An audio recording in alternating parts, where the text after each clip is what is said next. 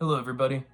It has been a few years since I've posted to this channel, but I had a topic that I've wanted to discuss for months, if not a few years now, that I finally wanted to make a video on and felt that I could finally convey my thoughts in a somewhat organized way.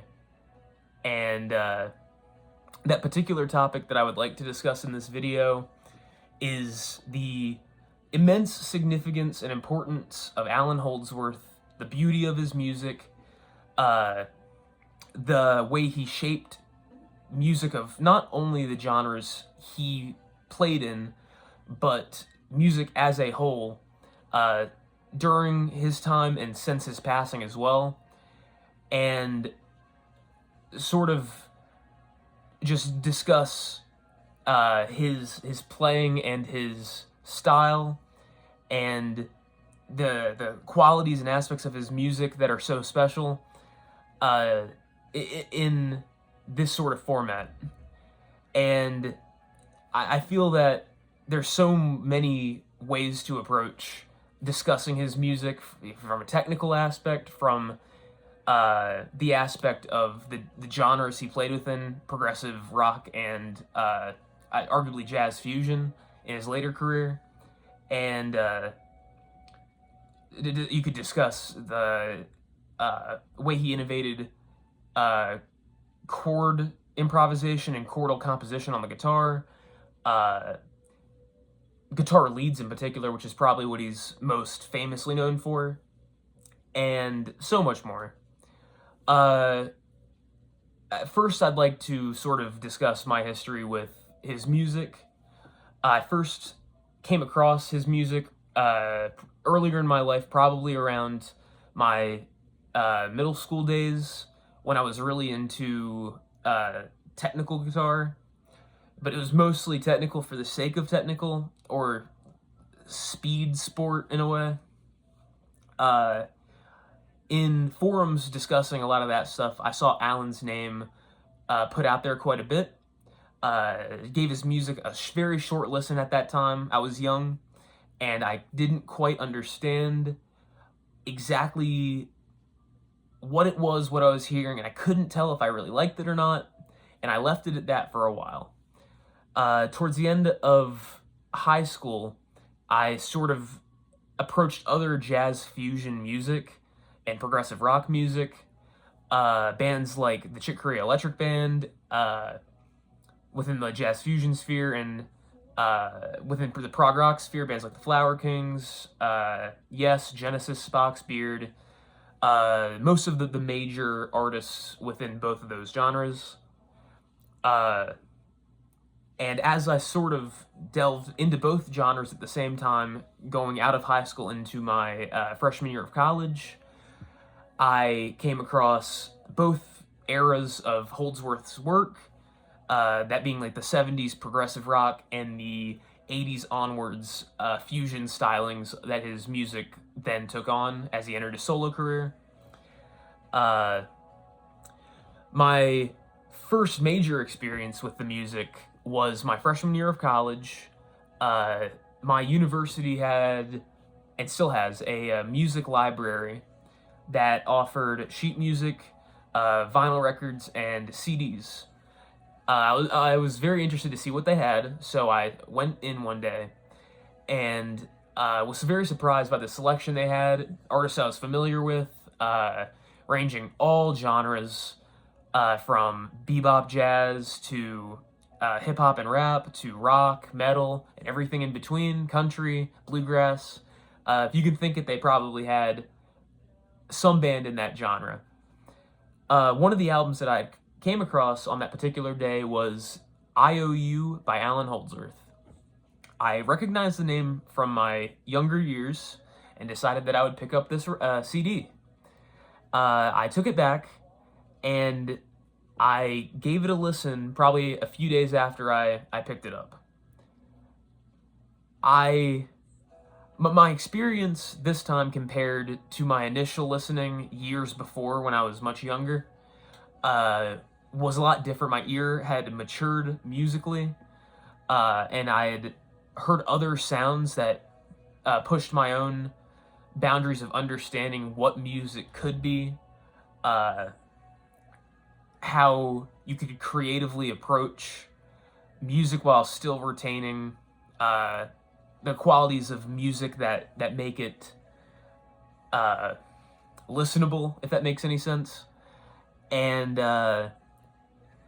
while I'm not particularly well versed in music theory or particularly knowledgeable about a lot of the more technical aspects of music, I developed an appreciation for those sort of boundary pushing artists and boundary pushing albums and songs. So approaching Allan's music through that original IOU CD that I picked up at the music library, it instantly caught my ear this time, and I listened to the whole thing multiple times, and then decided to check out some of his other work. I had since I had been getting into progressive rock around the same time, I'd heard the name UK discussed online and in forums, on YouTube videos, and elsewhere in magazines, and was aware of Holdsworth's contributions to the original album from 1978, the self-titled. And around the same time that I got that IOU album, I finally listened to that original UK album that featured Holdsworth and Bruford on the lineup. I do have the second one, Danger Money, that does not have Holdsworth or Bruford and has Terry Bozzio, but as a fan of the guitar, I was definitely gravitated a lot more towards the first UK album. And the thing that stuck out to me more than anything else was Allan's incredible guitar playing, from the rhythm and chords to the leads on songs like Nevermore. I love the ending solo and the trade-offs in that song, and the iconic In the Dead of Night solo. And from there, knowing Bruford's contributions, I explored the two albums that Allan did with Bruford, and from that original IOU album, I explored the rest of his solo discography. And the further I explored his studio albums, the more and more it caught my ear, and the more I began to understand, not on a technical level, but on a musical ear sort of level, what was going on, and being able, and sort of gaining an ability to be able to pick out certain sections of the different instruments and analyze them a little bit deeper than I had previously. And the more that I listened to this music, I sort of went from an interest in it initially to an absolute love for all of it, as my ear sort of acclimated to the completely unique and alien sounds that Allan produced with his guitar and with his musical output. From there, I went on to explore his live recordings, both official and unofficial, and that's what really cemented my obsession with his music and his approach to music and art in general. To this day, my preferred method of listening to Allan's music is through his live recordings, because it's the most raw, it's the most genuine expressiveness, I believe, and the interplay in particular between the guitar and the musicians, which I hope to get into a little bit later, is just incredible. Incredible. No matter what lineup, it's just perfect. Anyways, with that little journey out of the way, I wanted to talk a little bit more about sort of the importance of Allan's mindset when it came to creative outlets or art, and the importance that he sort of put forth into the musical, the influence, I suppose, that he put forth with his perspective and with his actual musical output. Where I think that, or to start off, where I think that importance is often underrepresented or not talked about quite to the degree that it should is how much his music, no matter how odd or weird it is compared to the majority of other music out there, even within the genres that he played, what I think the understated importance is there is just how influential the sounds that he created, basically, and then went on to innovate, influence other music. For example, within the genres that he played, much larger artists in terms of commercial success, like Rush and Dream Theater, and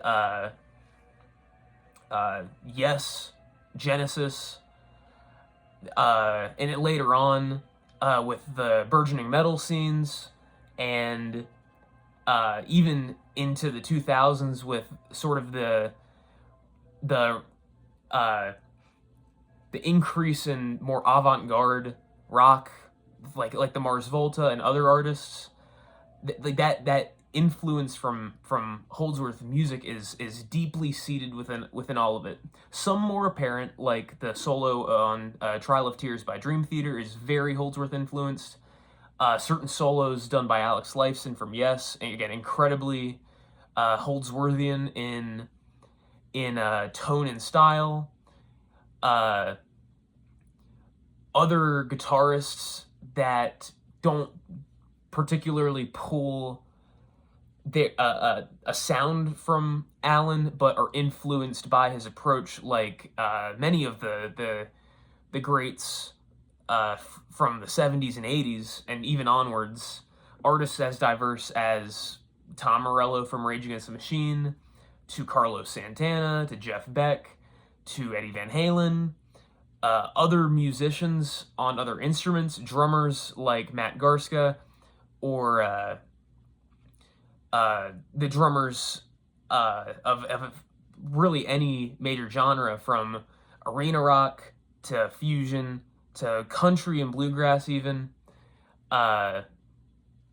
It's his Allan's musical world has sort of permeated within to all of these genres to some degree, whether directly or indirectly, whether apparent or sort of hidden without the ear or the understanding of Allan's music itself. It's a case of a near universal influence on the music that came after him, yet almost a lack of understanding from the general listening public, I believe, from where a lot of that influence and sound came from. I find that very, very interesting, because there are very few musicians like that. We associate players like Jimi Hendrix and Eddie Van Halen on guitar, or like Miles Davis on trumpet, or John Coltrane on saxophone, as monumental artists that were uncopyable but completely changed music. And I do believe that Allan's name is right up there in terms of that influence, yet he seems to be regarded as almost a echo chamber or a bubble within music itself, because nobody sounds like him. But his influence is undoubtable once you really develop an ear for what he's doing, and you can notice these little details that show up in other songs, on other albums, through the work of other artists. And I think where that's most apparent is through people, or like these musical artists directly quoting or directly discussing Allan's influence on them. Again, many of the artists I mentioned previously, some of the most famous and commercially successful musicians in history, have discussed their immense respect for Allan, and have credited him with that influence that it seems that the general public tends to either dismiss or not recognize.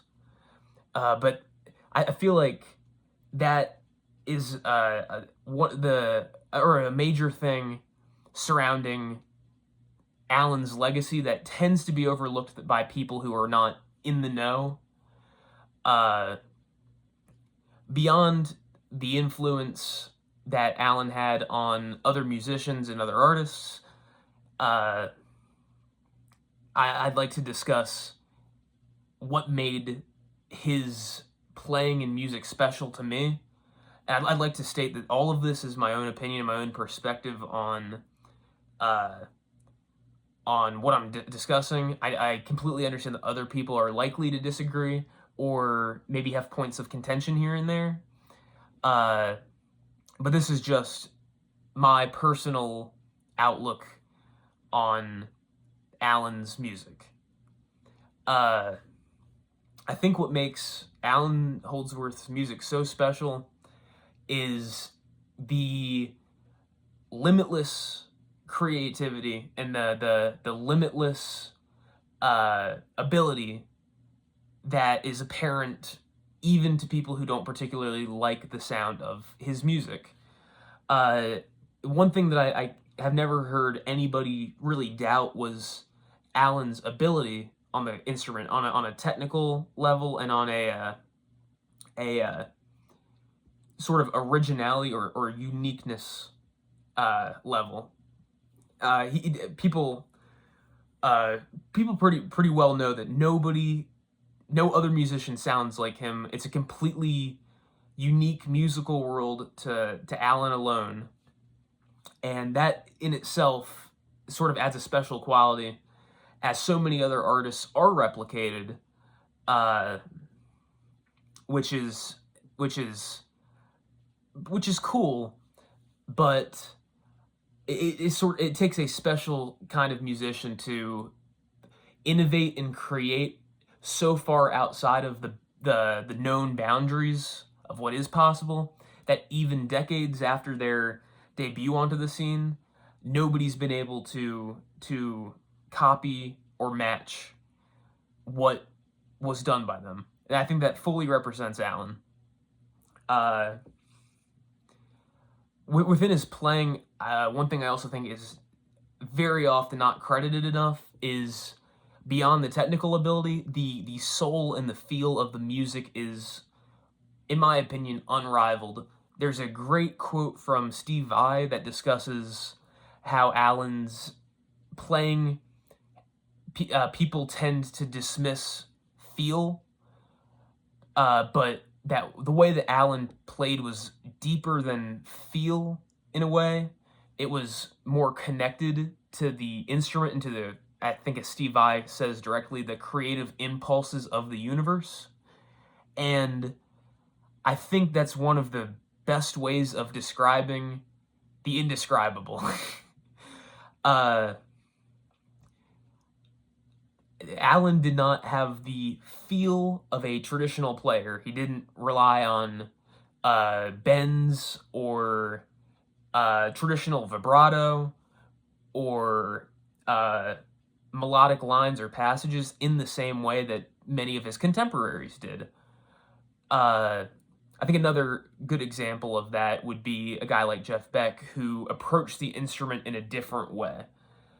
For me, what sets those two apart and what sort of elevates Allan's music to a different level for me is the complete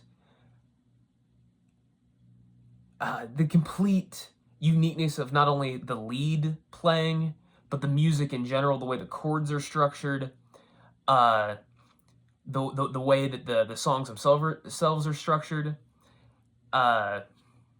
his approach to improvisation, which is like a combination of 4 or 5 different instruments plus a unique quality that only he possessed, which I'll get into, I hope. And I think that's what sets Allan apart, not only from a lot of the other greats of guitar, but a lot of the other greats of music in general, and what sort of aligns him more with the purest innovators of the art form than it does a lot of the more commercially successful artists of his time and of modern times as well. Uh, Back in regards to the soul of the music, and what separates him as well from the technical players that were undoubtedly influenced by him, was his mind for improvisation in particular, and completely genius approach to melody and the formation of lines or phrases on guitar, reminiscent of a mixture between saxophone, violin, electric guitar, piano, uh, trumpet in some cases. Just an incredible melting pot of all of these different musical influences. Uh, it's and the passages, both chordal within both his songs, like his composed songs and his improvisations, as well as his lead lines, carry this beautiful quality of uh, of almost a transcendent sound. Hard to describe, very, very difficult to describe. Almost alien, but in a way that still feels human, if that makes any sense. His approach again was from the point of theory, music theory is unbelievably complex, but unlike many other players that I guess would be associated with deep theory and technical skill, uh, it is complete. Allan's playing is completely in service to music and to artistic expression instead of a sort of uh, instead of a sport, I suppose. Uh, the incredible originality in each line that Allan played, and his refusal uh, to limit himself and to cease his innovation is also an incredible quality of his. And I think that refusal to be satisfied with himself is also another thing that just elevated him to a different level of playing and a different level of expression. Uh, he was always chasing that next thing into his older age. He never stagnated as a musician, and because of that, he was always ahead of the curve compared to his contemporaries, to the point where what Allan was doing, let's say, live with Soft Machine in 1974, I believe it was. There's a live clip of it on YouTube. That sort of ability or that sort of level of improvisation was, I would argue, was not sort of even closely matched until the 90s, maybe, or the 2000s, where people developed their musical minds and legato skills and other aspects of his theory and technique to that point, and basically trying to catch up with him. And by the beginning of his solo career in the 80s and onwards, I to this day do not think that any other guitarist can even really come close to approaching what Allan did. I think it's evident from going back to live performances, where I find his performances to be the most raw and genuine. Going to his 1984 performance in Japan that is available on DVD, CD, and streaming. His approach to guitar lines across that, and compared to what he was doing in the 90s and 2000s, it's still a less developed Allan. But that work in those or on that 1984 live album is incredible. it goes from completely raw, aggressive performances like his solo on that version of Devil Take the Hindmost, to just a stunning beauty of his solo on White Line off that same recording, to his incredible, almost psychedelic-esque chordal play in Home, again off the same recording. Just incredible, incredible. And I recommend that anybody that hasn't listened to it, or people that have and maybe didn't quite understand it but would be willing to give it another chance, to go back and really listen to how Allan is using these lines to play sort of not just over the chordal structure like most other guitarists, but through, like over, under, and through, to sort of giving the improvisation a depth that I'd argue is unmatched, again, by any other guitarist and maybe any other musician. Just a genius improviser. Again, to pull from that 1984 Japan performance, Allan's solo, just pulling any solo off that record. For example, his solo on White Line again. He, throughout the solo, again, I think it's about 2.5 minutes, I want to say, maybe 3.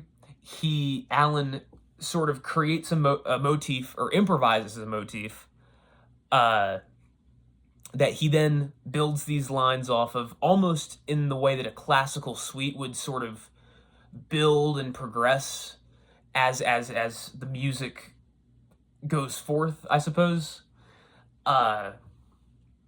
And with those motifs, returning to them, but not copying them, not in the way that many other guitar players would approach improvising a solo. He doesn't return to those particular phrases or motifs in the music and copies them again. He reapproaches them later in the particular solo, again using White Line as an example, and expands upon them, which is only really possible because of the beautiful technique that he developed for the instrument. He might take a relatively simple line and on the next round of the solo, be sort of approaching the same musical idea, but building around it, maybe adding a faster line that encompasses a wider part of the fretboard, but the line itself focusing on the phrase played earlier within the song, again like a classical piece, calling back, or like some of the great progressive rock songs, in a way, as that motif is built upon throughout the duration of the song. And Allan does all of this within 3 minutes and completely improvised. I find that incredibly fascinating, and in watching the way that he approaches it feels impossible in a way that I can't say any other guitarist or musician has made me feel. That what is happening does not seem possible. I find that a particularly interesting quality about Allan's music, and I think a lot of the beauty within his music as well comes from that approach to improvisation. And I can't think of a single other musician that quite pushed those boundaries in the way that Allan did. I think another really interesting aspect of Allan's music that isn't talked about quite as much as his technique is his innovation of guitar tone. And I know tone is, especially in modern day, with all of the pedals and like plugins and all of these other ways to sort of craft a sonic soundscape with the instrument, it's become more prevalent than ever, I'd argue.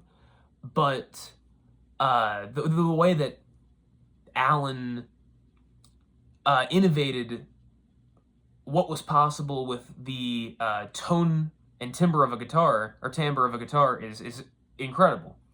And I know I keep using that word, but it's hard to describe exactly how much depth there is to Allan's artistic vision. Returning to the tone, again, if you listen to the like full duration of his solo career, or his career in general, let's say from his first available album in 1969 with Higginbottom, all the way until his last solo album, the 16 Men Attain, or the other work that he did throughout the 2000s, you hear this development of the tonal qualities of his guitar through a mixture of his own complete devotion to advancing his phrasing and what he could sort of make his finger, or the sounds he could create using his fingers, as well as the technology that he not only was using, but in many cases innovating as a sort of tinkerer and engineer. I think a great example of that sort of tonal innovation is the shift from the odd but still guitar sounding music of playing of his like 70s work. For example, UK Bruford in the late 70s, as well as Nucleus, Tempest, and Soft Machine in the earlier 70s, all have these have an incredible guitar tone that sounds like a guitar. As you enter, I actually, on that, I'd argue that even the first IOU album still had a very, very, it was particularly with the leads, a very traditional guitar sounding tone to it, even though Allan's playing was completely unlike any other guitar player, and still is. But you sort of notice it with the chordal work on the first IOU album, and within the chordal work and the lead playing from Road Games and Metal Fatigue onwards, where that tone sort of shifts from identifiable as a guitar to something completely alien and unique compared to any other musician. No other musician of any instrument sounded the way Allan did throughout the rest of the 80s up until his passing. A sort of tonal mixture of electric guitar, but with sort of violin-like tonality to it as well, and of course the saxophone sound that he'd later explore even more when he began using the Roland in the mid to later 90s. That sort of tonal work, or that tonal innovation, again, is, in my opinion, unmatched within guitar in general. Similar to his technique and his approach to improvisation, Allan could never settle, never was fine with becoming stagnant with his sound, and was forever pushing to create something closer to what he was hearing in his head, and sort of pushing his own genius to explore new ideas. And again, that includes both the technique and tone and other aspects as well. Uh, one thing I'd like to mention here as well is that I think of all of the lessons that Allan can teach, not just guitarists but musicians, is to never feel complacent with your own artistic vision, or never to let it stagnate, and to always be pushing for something new. And I think that's apparent in a lot of artists, both from his time and from modern times especially, where these artists will rely solely on whatever sound they established, or will very rarely deviate from what initially brought them success, or what sound they initially experimented with. And I don't think there's necessarily a problem with that, but it's definitely a limiting factor to truly become a musical innovator. What Allan did, and what a lot of to a lesser extent, I'd argue, a lot of jazz players tend to do, or jazz-based or improvisational-based players tend to do, was he was continually exploring new sounds, not only new to him, not really jumping into other genres, but in creating a soundscape completely unique to himself. Sort of applying a genre to what Allan did, especially his solo work, his solo output from IOU to 16 Men. It's almost impossible to genre, because giving it a genre sort of associates it with the sound of the other music around it. And for the most part, again, there's nothing that sounded like Allan. In spirit, it was jazz fusion or jazz based, but in execution, again, it's so unidentifiable to anything that came before it. Again, there are qualities to his playing, like his influence from the saxophone and violin, but even then, those are masked in a lot of ways, in a good way, under the sheer creative force of what Allan was doing and what Allan was putting out at that, or throughout his career.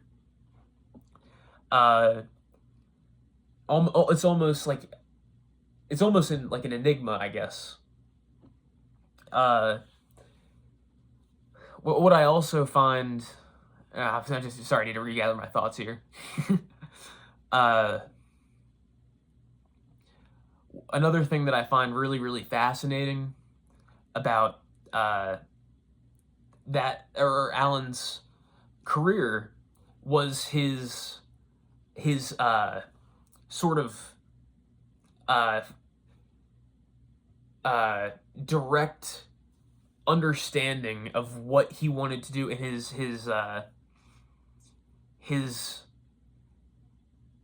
I don't want to say inability, but his will to not compromise that artistic vision. And I feel like a lot of people are too comfortable in compromising their artistic visions, whether it be because of the commercial viability of whatever their artistic vision might be, any doubt they might have of being able to execute it, lack of technical ability, or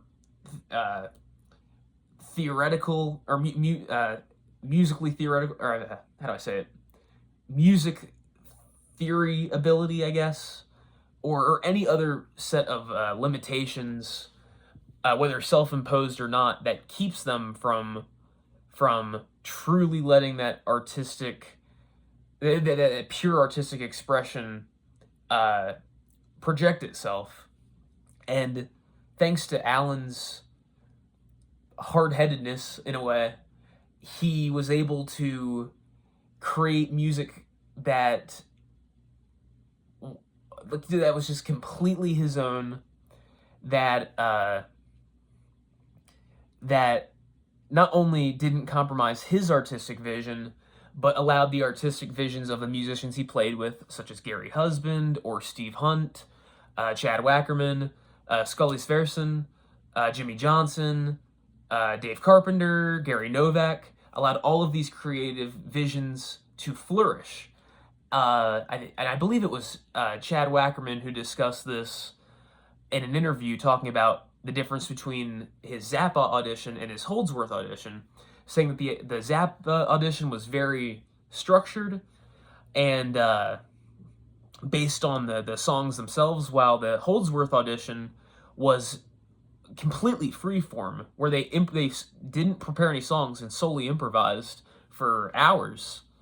And Chad mentioned that Allan, his perspective on it wasn't, can you play the song, but can you add to the musical atmosphere? And I think that's another very special quality that is also representative of many of the other greats of music, particularly like the age of music, or of ensemble music, such as the early jazz trios and quartets, the groups that Miles Davis and John Coltrane and other jazz legends played with. And I think that's a musical spirit that's sorely missing in modern music. A lot of people, again, box themselves in to these limitations, and Allan was never satisfied with being in that box. It's really a beautiful thing. Another interesting, or another aspect that I really wanted to talk about was, or in a little more depth that I mentioned earlier, was Allan's live performances, which, even more than his studio work, I feel tends to be sorely underrepresented in the greater musical world by the greater listening public, I suppose. Now, as I said earlier, many very, very successful and innovative musicians have credited Allan as an immense influence on them in multiple ways. But the general listening public, and even within musical communities themselves of like guitarists, pianists, any instrument, that sort of attention is lacking, or that sort of respect and reverence towards Allan's contributions. Again, even if the music isn't for them,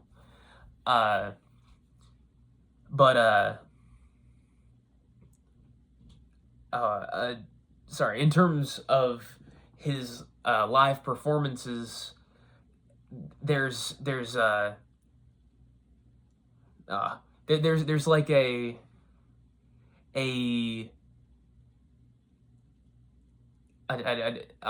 connection, again, to something deeper there than can really be explained through speech. It can only really be expressed through the music.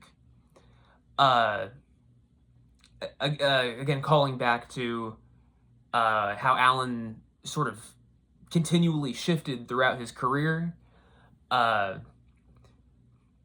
When you compare Allan's performances as a sideman to his performances as the band leader, you hear this immense difference in the structuring beyond, in a sort of way that transcends description. Once again, I'll try my best.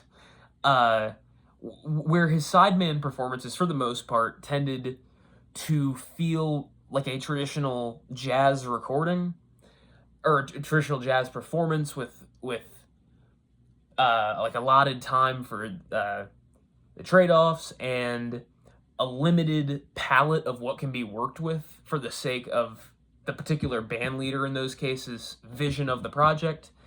That sort of boxed Allan in a way.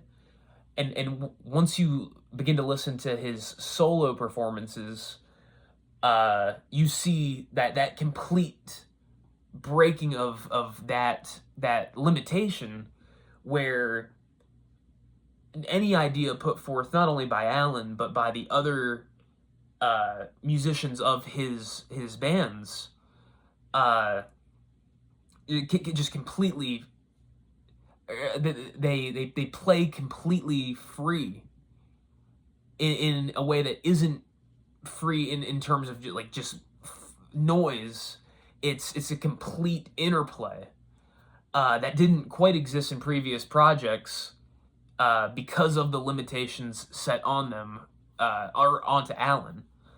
And I think Allan has talked about this in interviews where he said that he didn't want to impose a lot of the same limitations onto the musicians he played with that were imposed on him in his earlier career.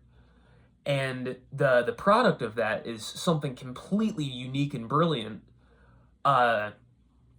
which, building off of that, another one of the most under-discussed aspects of Allan's playing was his ability to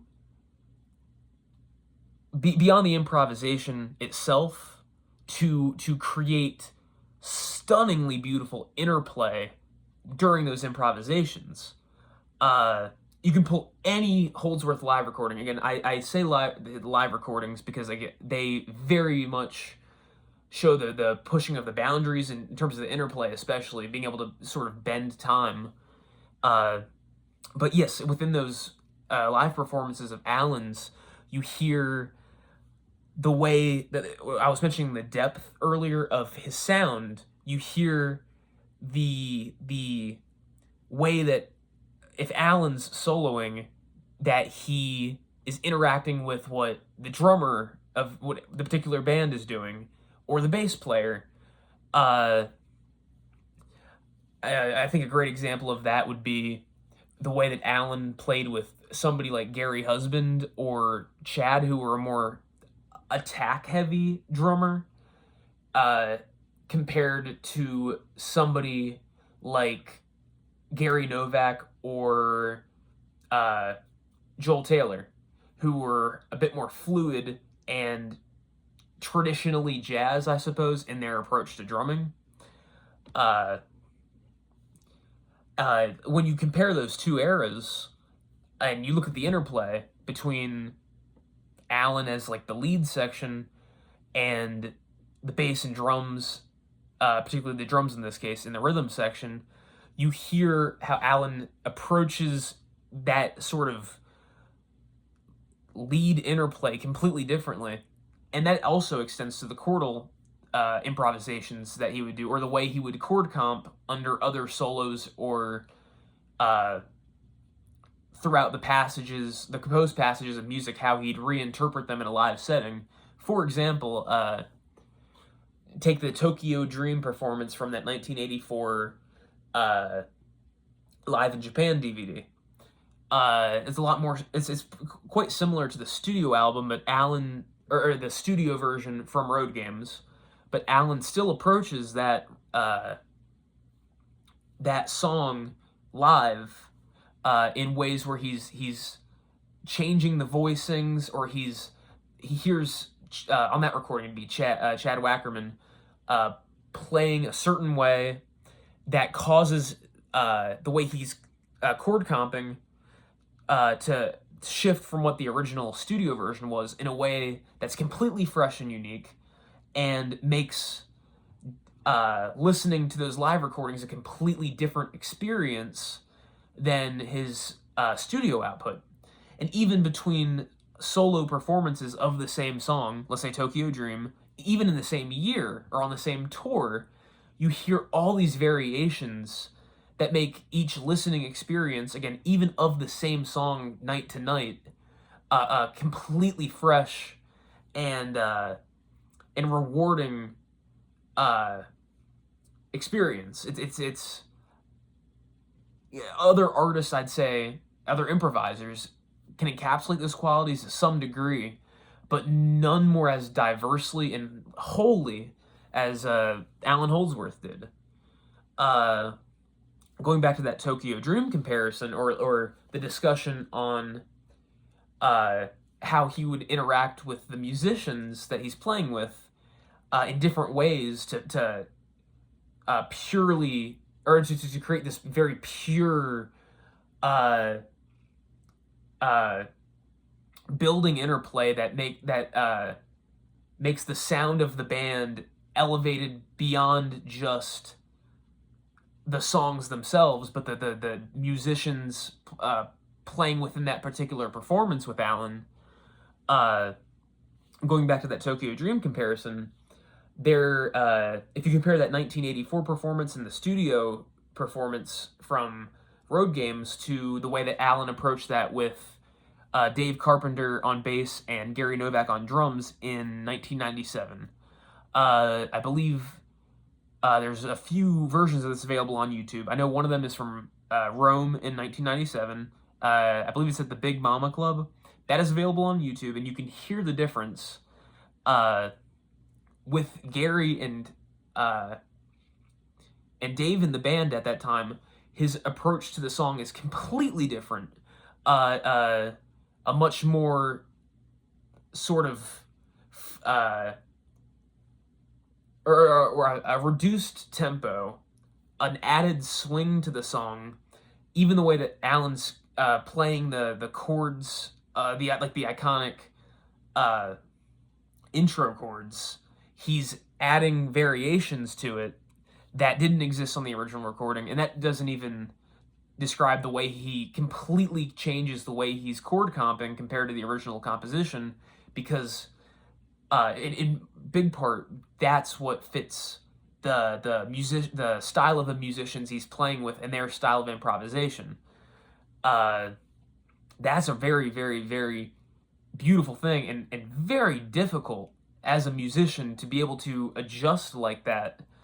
Many improvisers tend to have a very similar sound, from my experience at least, tend to have a very similar sound no matter what other musicians they're playing with, or a sound that, or maybe not a similar sound, but they're limited in their ability to adjust to musicians that they're not used to, or musicians that don't align closely with their own artistic vision. Allan could play, what makes Allan different is that Allan could play with any musicians that he wished, and he'd create something completely unique to that lineup because he was fully connected to that musical interplay between the different musicians and the different instruments in the live setting. Another great example of that is the way that he played songs like The Things You See, or Funnels,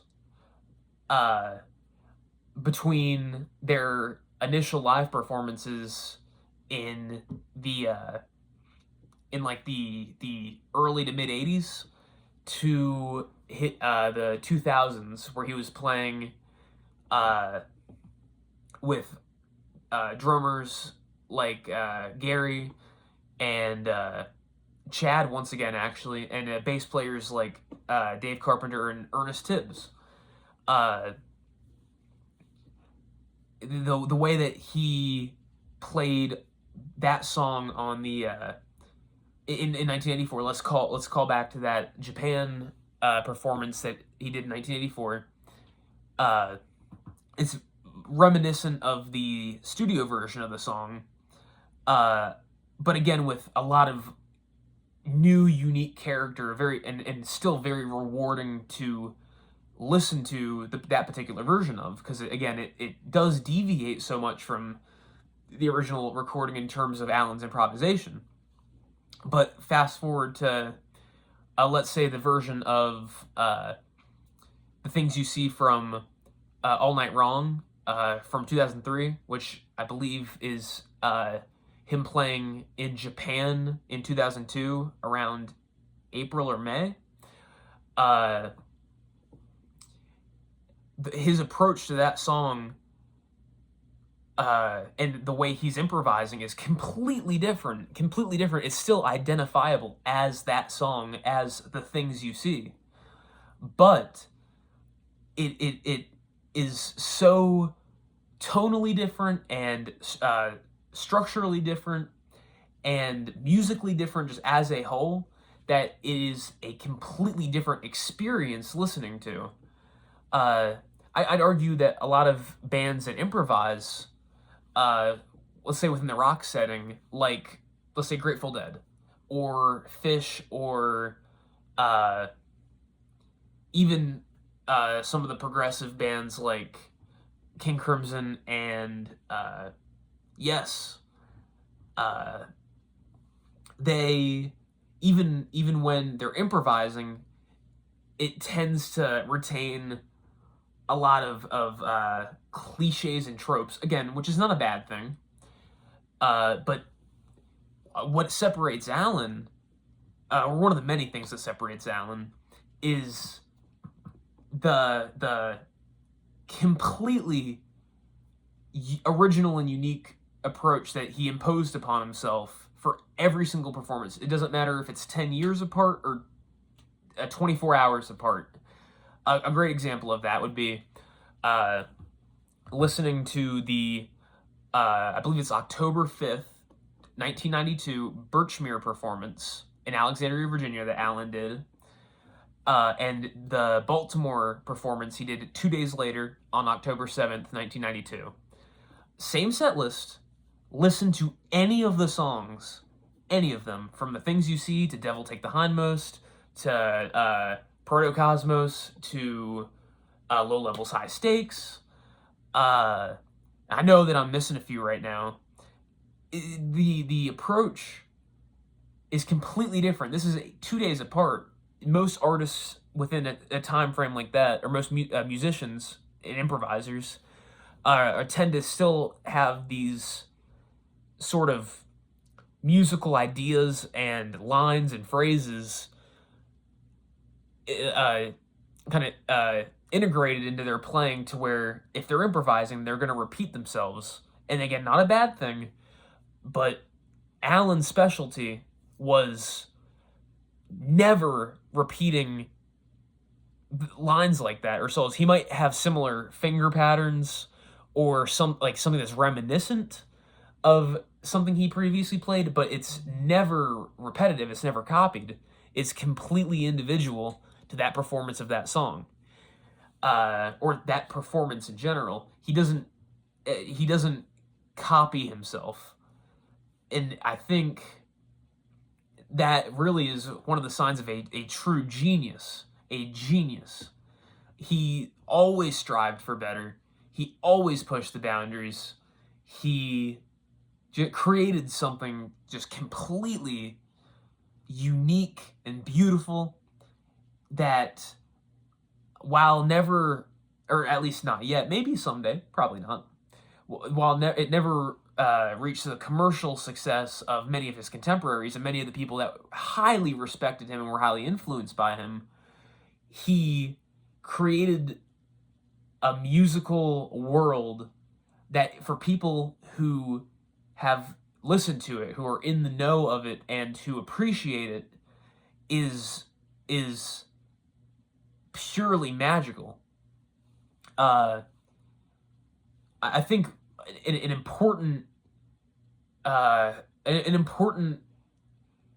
aspect, or I'm sorry, it's something that a lot of people do not do when it comes to art in general, particularly music, with how accessible it is nowadays,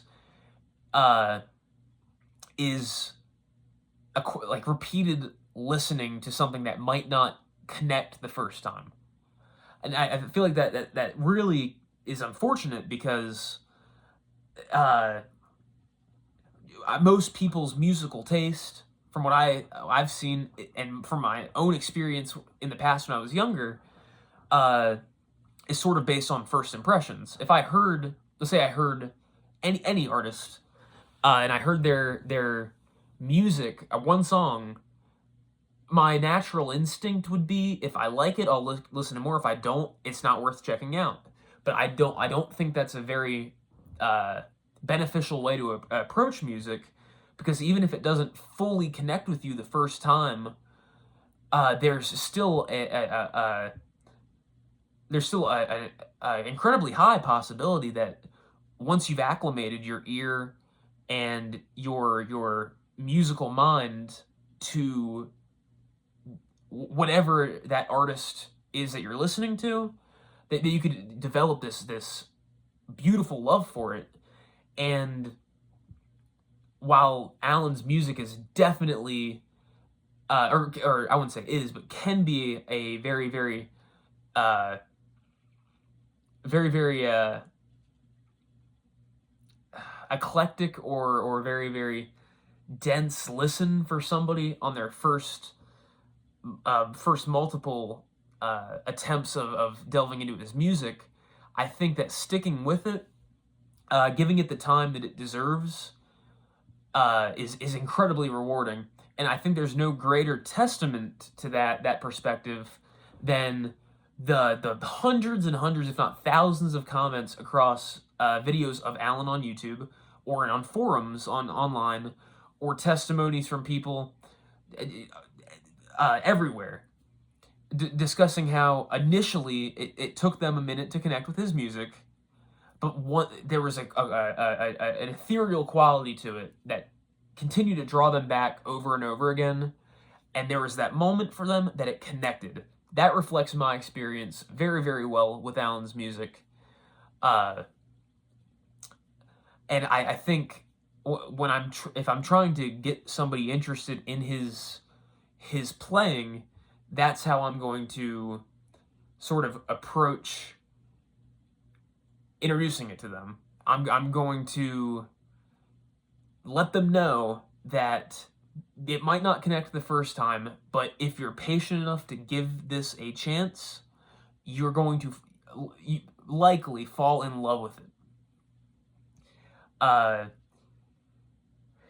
It's a hard sell sometimes, but I think if anybody has gotten this far into the video, or if anybody's at all has watched this video, that and hasn't really given Allan's music a chance, I just ask you to, or more than one chance, I just ask you to listen to one or two songs one day, maybe a week or a month later, listen to another few, or listen to the same song, see if your opinion on them has changed. Give it another month. Maybe something will start to click. Keep giving it that time, and I feel like you'll be rewarded in a way that, in my case, I'm infinitely grateful for. And then beyond that, there's a whole world of his music to explore. For example, there's all of the studio recordings he did as a sideman in the 70s, as a guest throughout his entire career, and in particular, his solo work from the early 80s onwards. There's so much just in studio material to explore, and then where I think that this journey becomes most rewarding, and his music becomes most rewarding, is the absolute treasure trove of live performances that are easily available. For example, beyond the live albums that have officially come out, both his solo stuff and Soft Machine and Soft Works in the later 2000s, being some official live releases, or bands that he had official live releases with, I should say. The live stuff with UK, the live stuff with Bruford, beyond all the official stuff of his solo career and of his sideman career, there's just a near endless amount of bootlegged recordings or fan recordings of his live shows that still exist in varying levels of quality, I might add. But it becomes an endlessly rewarding experience to just continue to explore these performances and be able to create these like cross comparisons between different versions of the same song, or the particular vibe of the sound that Allan was channeling that night in his improvisation. Uh, to recommend some uh, official shows, or here I'd like to recommend some official live shows that he's performed, or that have been released, and some fan recorded ones that I think are of a high quality in terms of audio and of the playing itself, which is honestly always the case when Allan's playing. But I'd like to recommend a few of these, and for the official live recordings, most of all, I'd like to recommend three. Actually, no, I take that back. Four official live recordings that have come out to see how Allan developed throughout his solo career, which I consider his solo career to be by far the most innovative and incredible part of his career, and is my favorite music of all time, irregardless of artist or band or anything. Just, in my opinion, the greatest music to me. But those live albums I'd like to recommend are his 1984 Japan album. I think it's his first official live release of his solo career. Amazing. It's the only one that has a vocalist. The song, when he would play the songs that had vocals later in his career, like The Things You See, like White Line, and other songs, he'd supplement the melody with his own guitar or with a keyboard player, like Steve Hunt. But that 1984 Live in Japan has vocals, and his in my opinion, has the best overall sound quality of any of his official live recordings. I'd argue that for whatever reason, the way it was recorded tended to keep the best, or the greatest soundscape from the original performance, and didn't compromise. Or I guess just to say, the mix is incredible. The mix is unreal.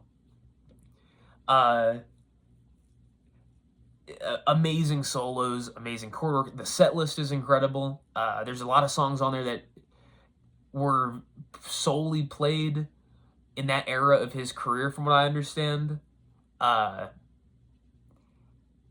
And all around just an incredible album, incredible live album. The next one I'd like to recommend is Then, his live album from 1990. Technically, it wasn't released. Well, neither was Live in Japan 1984, but these albums weren't released until much later, after they were actually recorded. But Then, live in 1990, incredible set list. In terms of like raw technique, aggression, and feel of all the live recordings, that one might be the hardest, or it might be the highest up there, and maybe unrivaled in his official live performances. Just a stunning renditions of songs like White Line, Pudwood. Those two in particular, I love the Steve Hunt and the Allan solos. It's incredible. I believe it's his only live record. Oh, I take that back. It's his only official live recording with Steve Hunt. Though he, in one of only two official live recordings with a keyboard player, that were under Allan's solo. That's disregarding his albums with Alan Pasqua in the 2000s, as that was more of a collaborative effort and a tribute to Tony Williams, from what I understand. Uh, but that particular the album then from 1990 is an incredible snapshot of his quartet from that time that was remained relatively solid for the next from I'd say around 1987 until 1995. Uh, uh, beautiful uh, solos, some really incredible aggressive solos as well, such as on Non-Brewed Condiment. I believe on that solo he's actually using a guitar tuned to fourths, I think. And some of the ideas that he improvises in the solo of that version of Non-Brewed Condiment are just unreal. Sounds like a portal opening into another dimension. It's just does not seem physically possible. I'd say the next live recording I'd recommend would be his Warsaw 1998 performance, which I think just officially got, or like it wasn't officially released until recently on Manifesto Records. I might be wrong. It's been I think it was only released within the last few years officially, but has been floating around on the internet for quite a while. This album is with back as a trio, and has one of my favorite drummers he ever played with in Gary Novak, and the amazing playing of Dave Carpenter as well, who passed away far too young. An amazing version of one of my favorite Allan songs of all time, Letters of Mark. Has a version of the 16 Men of Tain, beautifully done. Material, Unreal. It's just beautiful, and it's one of a few. It's one of I think two official recordings that of Allan where he's using the Roland synth pad. I can't remember the exact name of it.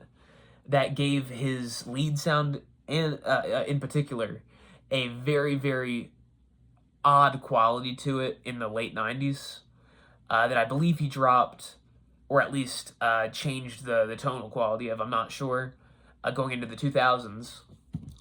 Which brings me to the last album, or last official live album I'd like to recommend here, which is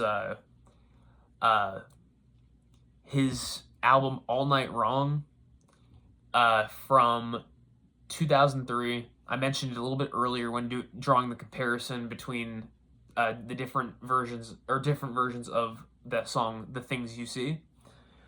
That album, All Night Wrong, again released in 2003, I believe, but of a performance from spring of 2002. I feel is maybe best representative of his later career, more so than maybe Warsaw 98 is, as it's a less it's more of a pure guitar how to say it, more of a pure guitar sound as far as Allan goes, less of like that Roland synth pad stylings that were on his later 90s recordings, which I know a lot of, it's like very hit or miss for a lot of Allan fans, but has some of his most incredibly like unique strings of phrases and lines in these ways that almost at this era in his career create like this odd vortex or maze almost of notes in a way that is very representative of like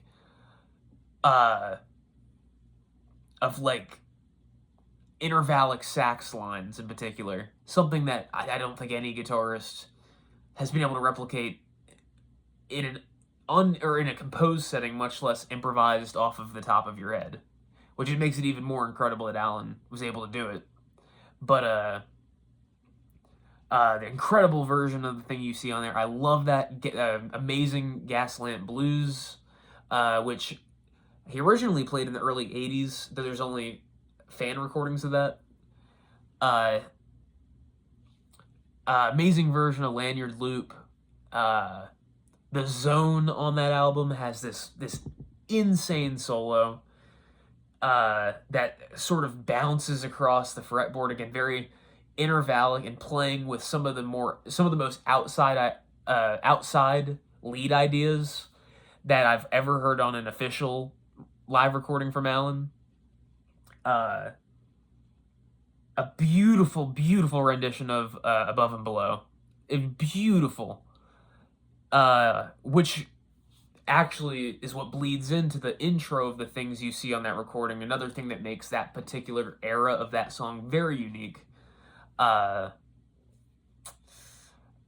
again, I'm probably missing some. There's just so many good songs on these live albums that I can't keep track of all of them. Beyond these, if you're still watching, I apologize. This video is as long as it has been, and that I've rambled so much.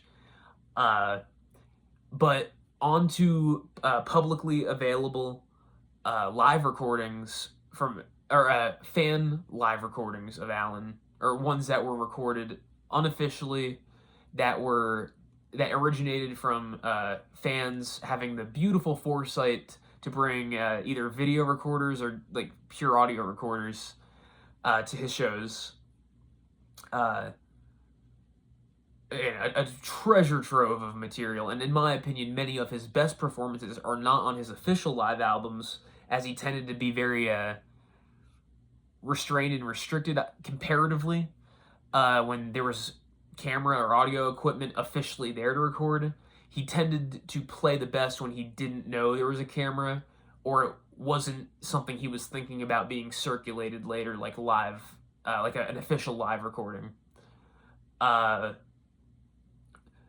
yes, so I feel like these fan recordings are the highest quality recordings of Allan, and there's so many, and I'll only recommend a few here, but there are so many available out there on a surface level YouTube search, and some of them partial concerts, some of them just one or two songs, some of them full shows.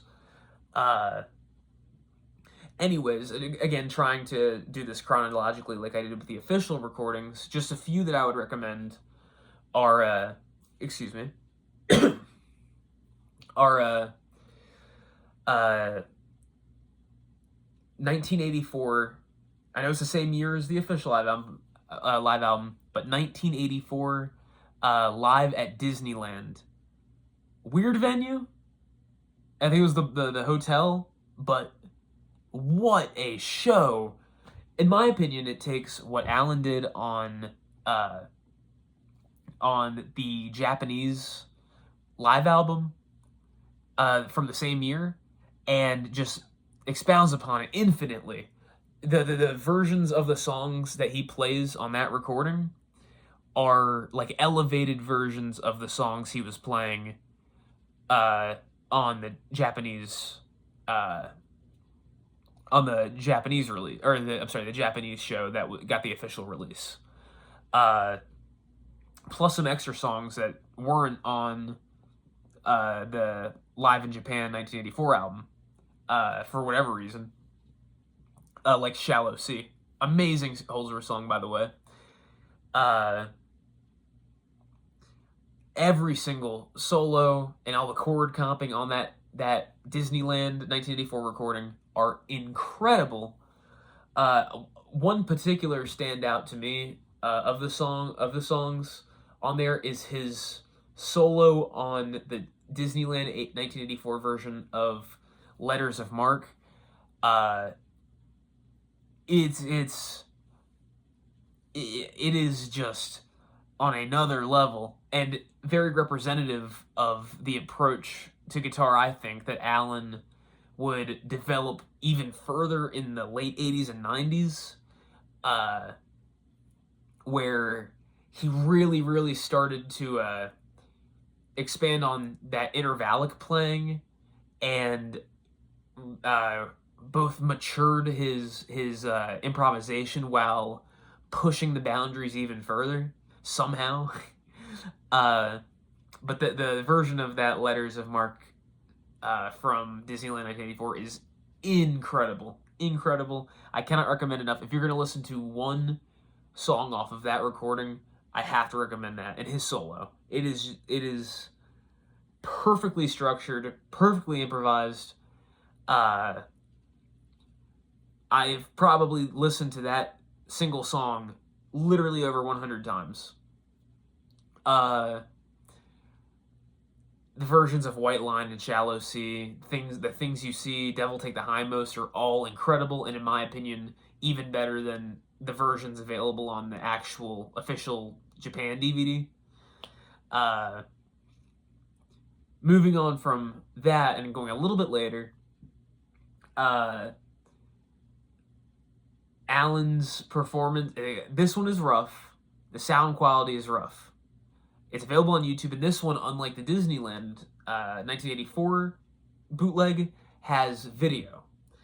Again, both the audio and video are relatively low quality, but still worth a listen. For that show, I think it's about an hour long, but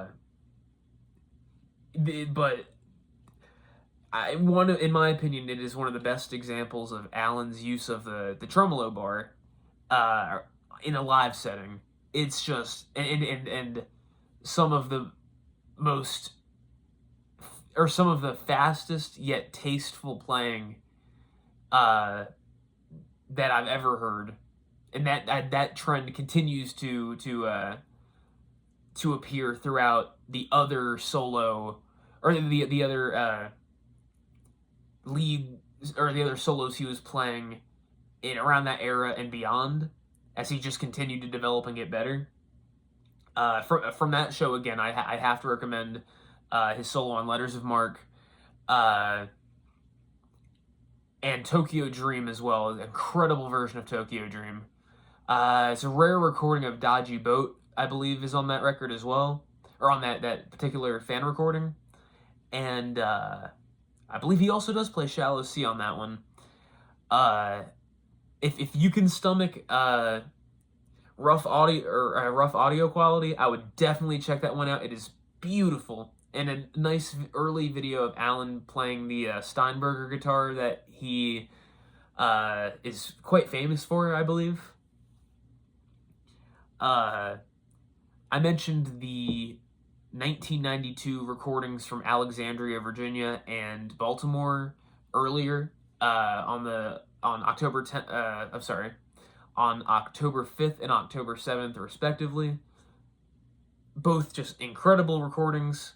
Same set list, but if you really want to get a feel for how diverse Allan's playing could be, even just 2 days apart, all these other ideas that were constantly developing within his musical mind, that is a great example, and truly exemplifies how creative Allan was, and how incredible of an improviser Allan was. There are some recordings, 1993, 1994, 1995. If I could recommend any era for people to check out, it would be any of the available recordings from 1987 until 1995. I think that's some of the strongest material. I love it. It's my personal favorite. I also think that a lot of his material from the 2000s, from like 2002 to 2010, the live material, the fan recordings, is just incredible. More traditionally jazz-oriented, still fusion, but less of a aggressive sound to it. Beautiful, incredible. His lines are even more reminiscent of like saxophone stylings. And Moving forward to that, again, I would just say check out any recording from 1987 to 1995 of Allan uh, live with his solo project. I'd also recommend, by the way, from that era, I believe it's 1988, his performance, or one of his performances from the his tour with the Jazz Explosion Band. I might be missing part of the name of that, but it had it was basically a super group that never recorded together but did tour. There's amazing songs on there. Allan playing some other songs and jamming, playing songs that he didn't, that weren't like his, and it's a very interesting collaboration from that era of his career. There's a version of Pudwood from that is mind blowing. There's pretty much every recording from that album is mind blowing. Literally anything from 1990 to 1995, you cannot go wrong with any recording from that era. 2000s. This might actually, I still have trouble finding out if this is an official live recording or a bootleg, because it's recorded quite amateurly, but there are a few angles, and it almost sounds, it doesn't, it's not, the sound is amazing, but it doesn't sound quite like it was mixed very deeply, if at all, beyond their initial recording. But Galaxy Theater 2000, incredible representation of the direction Allan went throughout the rest of the 2000s. Amazing video quality if you find the right version on YouTube.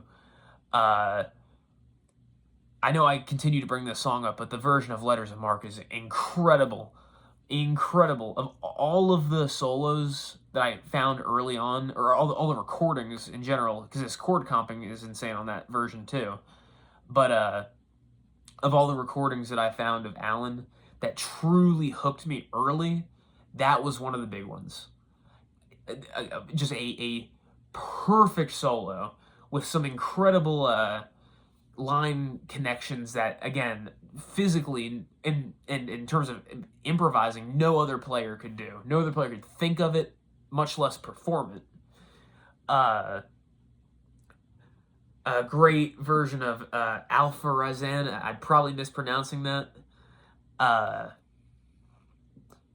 All around, just an amazing recording. It's only 40 minutes, I believe, but so strong. So strong. Another recording I'd recommend a little bit later is from 2005 in France. Allan played with, I want to say it was Ernest Tibbs and Joel Taylor, and an incredible show, sort of more reminiscent of like the Galaxy Theater 2000 performance, but incredibly unique at the same time, as every single performance of Allan's was. The solo on The Things You See on that, there's one particular line in there that just, again, I can't exaggerate how just incredibly impossible it sounds while still being musical. It's the perfect combination of technical ability and soul and ear and feel for music. It's just incredible. Incredible. I can't get over that. And the Letters of Marque performance on that is also amazing. Every single song on that one is so, or every single solo and like every single moment of improvisation across that is incredible, on top of Allan's already amazing compositions. Again, listen to any Allan recording, any of them. The last one I would like to talk about is the clips from, I believe it was April of 2017, the month that Allan passed away. He played several shows in the weeks leading up to his untimely passing. And I'd recommend any of them from that tour. Just I believe Steve Hunt is back on keyboards for the first time in probably 20 years. I think just about, maybe a little over 20 years. I might be wrong on that.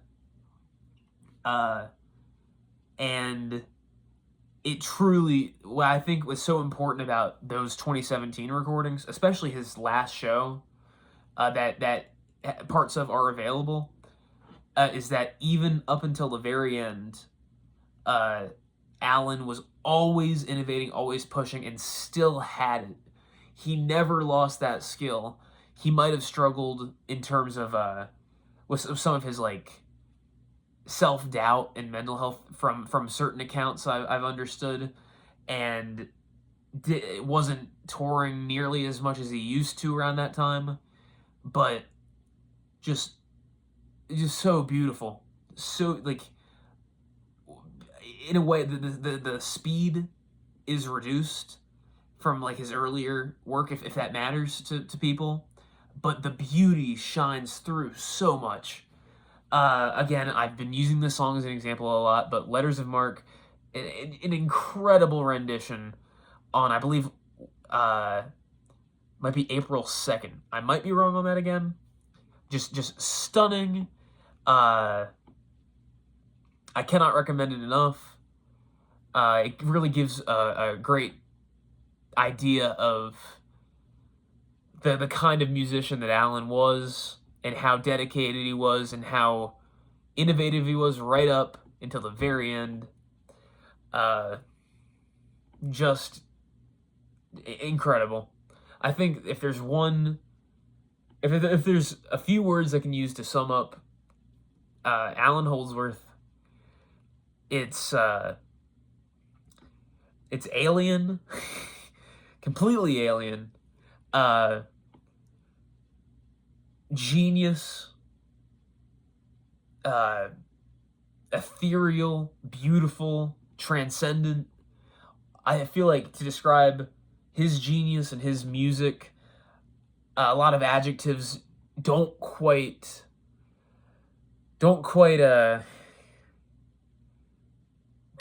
do justice to just how great Allan was.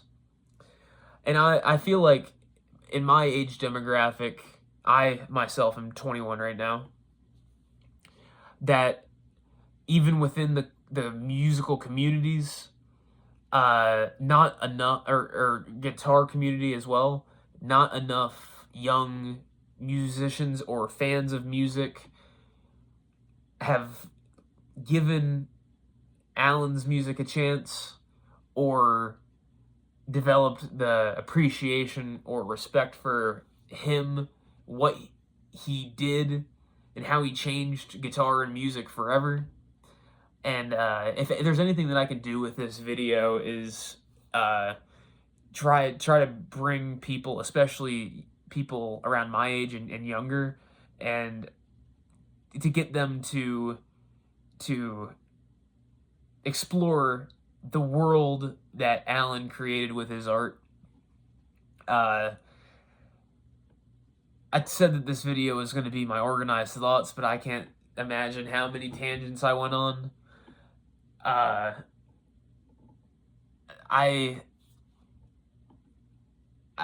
feel as though I could make this video a million times, and I still couldn't limit what I talked about. And even now, as I approach the end of this video, there's so much more I could discuss. There's so many more details and so many more tangents that I could explore when discussing his music. I won't, but it's incredible. It's incredible. I hope that if anybody is still watching this, particularly if you haven't ever listened to Allan's music, check it out. Holdsworth is a genius, a beast of a musician, and his legacy and the music he put out and the human being that he was, by all accounts, will never be forgotten. Just one of the nicest people in the world from all accounts, and my biggest regret in my musical life, and maybe in my life in general, is not coming across his music sooner, and getting the chance to see him live and have a conversation with him, by all accounts, just a 1 in 10 billion human being, a 1 in 10 billion musician, a 1 in 10 billion artist, 1 in 10 billion innovator, just a unbelievably rare level of human being. I hope that for whoever watched this, if anybody got this far, if anybody even clicked on it to begin with, that what I said somewhat made sense. I know I rambled a lot and probably got off on side probably interrupted my own thoughts halfway through. It accidentally went down a different path of discussion, but I appreciate if anybody stuck by, or if anybody even just watched part of the video.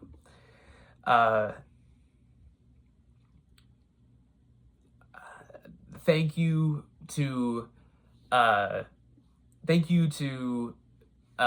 people that will watch this video. Thank you to Allan himself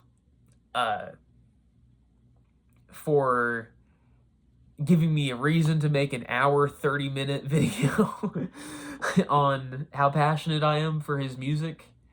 And I also wanted to thank my very close friend that I met through Allan's music, that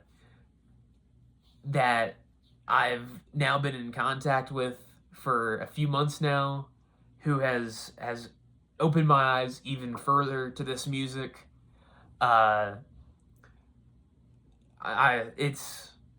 It's been beautiful, and I hope that I hope that one person gives this video a chance, or at least one person gives this video a chance, and that I'm able to bring them to Allan's music.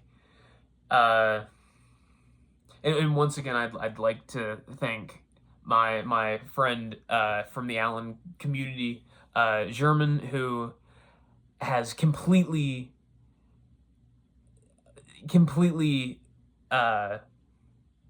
given me new perspectives on Allan's music, and who I've spent probably tens of hours in discussion with about the music, and is just the most knowledgeable and the most knowledgeable person on Allan Holdsworth's music, and the most knowledgeable person on all of the details. He's like a walking encyclopedia of this information.